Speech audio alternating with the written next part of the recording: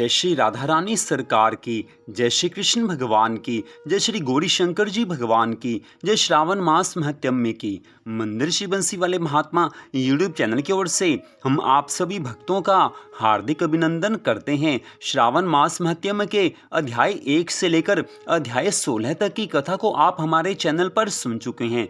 तो आज हम आपको सुनाने जा रहे हैं श्रावण मास महत्म्य के अध्याय 17 की परम सुंदर कथा, जो कि इस प्रकार है। बोल श्री गौरी शंकर भगवान की जय। बोल श्रावण मास महत्म्य की जय। भगवान शिव शंकर जी महाराज सनत कुमार जी से कहने लगे हैं कि हे सनत कुमार जी, अब शुभ पवित्रारोपण कहूँगा। पहले सप्तमी के रोज अधिवासन कर अष्टमी के रोज पवित्रारोपण करे। जो जीव पवित्र बनवाता है उसके सुपुण्य का फल सुनो। हे विप्रवर, वह सब यज्ञ, व्रत, दान तथा तीर्थादिशेचन का फल प्राप्त कर लेता है। इसमें यहाँ कोई संशय नहीं है, क्योंकि सर्वगता शिवा सब में निवास करती हैं। अतः ना तो आधी दुख, पीड़ा तथा व्याधि होती है, ना उसे शत्रु से कोई भय उत्पन्न होता है, ना ग्रहों से ही उसको कोई पीड़ा होती है।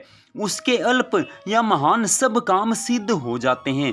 उसकी सभी मनोकामनाओं की पूर्ति आदि शक्ति माँ शिवा की कृपा से हो जाती हैं। हे वत्स, नर और राजाओं के सुपुण्य की वृद्धि करने वाला इससे बढ़कर अन्य कोई साधन नहीं है।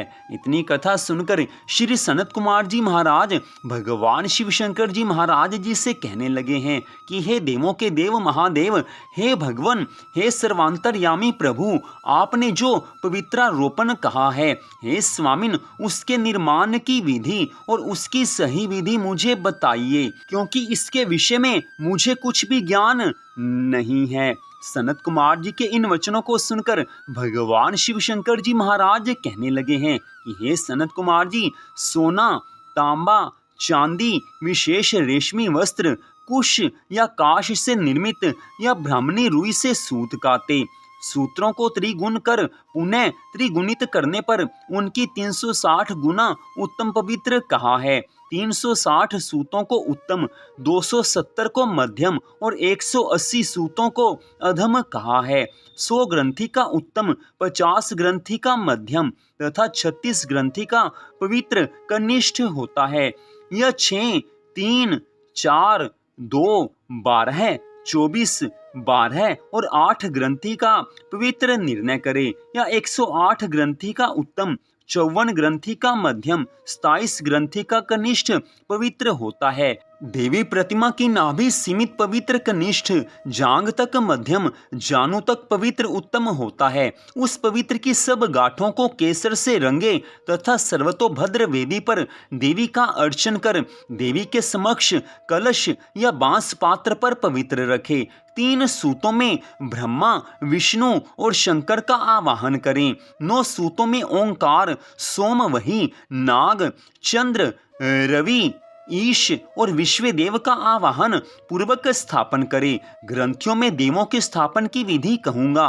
क्रिया, पौरुषी, वीरा, विजया, अपराजिता, मनोन्मणि, जया, भद्रा, मुक्ति और ईशा, इन नामों के आदि में प्रणव को लगाकर ग्रंथि संख्या के अनुसार आवृत्ति कर आवाहन तथा चंदन आदि से अर्चन करे। धूप देकर प्रणव तथा अभिमंत्रित कर देवी को अर्पण करे। यह देवी का पवित्रारोपण विधान मैंने आपसे कहा है। यूं दूसरे देवों को प्रतिपदा आदि तिथियों में पवित्रारोपण करे। उन देवों को आपसे मैं कहता हूँ: धनद, श्री, गौरी, गणेश, चंद्रमा, गुरु, भास्कर, चंडिका, अंबा, वासुकी, ऋषि, चक्रपाणी, अनंत, शिव, ब्रह्मा और पितर, इन देवों को प्रतिपदा आदि तिथि में अर्चन करें। यह पवित्रारोपण प्रधान देवों का है। उनके अंग देवों को 3 तार वाला पवित्र समर्पण करें। हे सनत कुमार जी, यह सारी विधि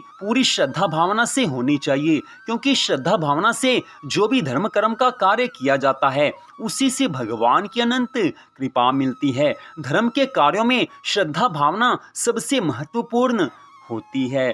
इतनी कथा सुनाकर भगवान शिव शंकर जी महाराज सनत कुमार जी से आगे की कथा का वर्णन करते हुए कहने लगे हैं कि हे विपेंद्र, श्रावण महीने के दोनों पक्ष नवमी तिथि के रोज जो कुछ कर्तव्य हैं अब उससे कहूंगा। हे सनत कुमार जी, नवमी के दिन यथाविधि कुमारी नाम वाली दुर्गा का अर्चन कर नक्त व्रत कर दूध और शहद मिला हुआ भोजन करें, या दोनों पक्ष की नवमी को उपवास कर कुमारी नाम से चंडिका का निरंतर पूजन करें। जो उत्तम भक्ति द्वारा दुर्गा जी की पूजा कर लेता है वह जहाँ गुरु निवास करते हैं उसी परमोत्तम लोक में जाता है। हे सनत कुमार जी, मैंने आपसे ये नवमी का विधान कहा है। इस तरह से विधि पूर्वक जो इन सब कार्यों को करता है उस पर भगवान की अनंत कृपा हो जाती है। मनुष्य का जीवन भगवान की कृपा से मिला हुआ है और इस मनुष्य जीवन में श्रावण मास का पावन समय अगर मिल जाता है तो हे सनत कुमार जी, उस श्रावण मास में अपने आप को भगवान के चरणों में लगाकर मनुष्य जीवन का सर्वोत्तम लाभ अर्जित करना चाहिए, क्योंकि श्रावण मास की भक्ति केवल मनुष्य योनि में हो सकती है। श्रावण मास में भगवान की प्रसन्नता का अधिकारी केवल मनुष्य ही है। मनुष्य योनि प्राप्त करके जिसने श्रावण मास में भगवान शिव शंकर जी महाराज जी की कृपा को प्राप्त करने के लिए सब धर्म कार्य किए हैं उसी का जन्म सफल है, उसी को संसार में सभी सुख प्राप्त होते हैं और उसी को जीवन के अंत समय में मोक्ष मिल जाता है। तो इस प्रकार भगवान शिव शंकर जी महाराज जी ने सनत कुमार जी से श्रावण मास महत्यम के अध्याय 17 की कथा का वर्णन किया है। इस अध्याय में भगवान शिव शंकर जी महाराज जी ने एक बात तो स्पष्ट बताई है कि मन में पूरी श्रद्धा भावना होनी चाहिए, तभी धर्म कार्यों का पूरा फल मिलता है। जो भी धर्म कार्य हम करें अगर पूरी श्रद्धा भावना से हम करते हैं तो उससे भगवान की प्रसन्नता प्राप्त होती है। भगवान प्रसन्न होते हैं तो हमारे इस मनुष्य जीवन में सुख, शांति और आनंद भगवान की कृपा से आ जाते हैं और मनुष्य जीवन का जो परम सुंदर लक्ष्य है अर्थात मोक्ष प्राप्ति, वो भी मनुष्य जीवन के अंत समय में भगवान की कृपा से हो जाती है। भगवान की कृपा से मनुष्य को मोक्ष की प्राप्ति भी हो जाती है। यही आज की इस कथा का सार है। तो मंदिर श्री बंसी वाले महात्मा यूट्यूब चैनल की ओर से आज की इस कथा को सुनने के लिए आप सबका हार्दिक धन्यवाद। भगवान श्री राधा कृष्ण जी की, भगवान श्री गौरी शंकर जी की श्रावण मास महत्यम की अनंत कृपा सदा आप सब पर, आपके परिवार पर बनी रहे। इसी मंगल कामना के साथ जय श्री राधा रानी सरकार की, जय श्री कृष्ण भगवान की, जय श्री गौरी शंकर जी भगवान की, जय श्रावण मास महत्यम की। ओम नमः शिवाय। जय जय श्री राधे, जय जय श्री राधे, जय जय श्री राधे श्याम।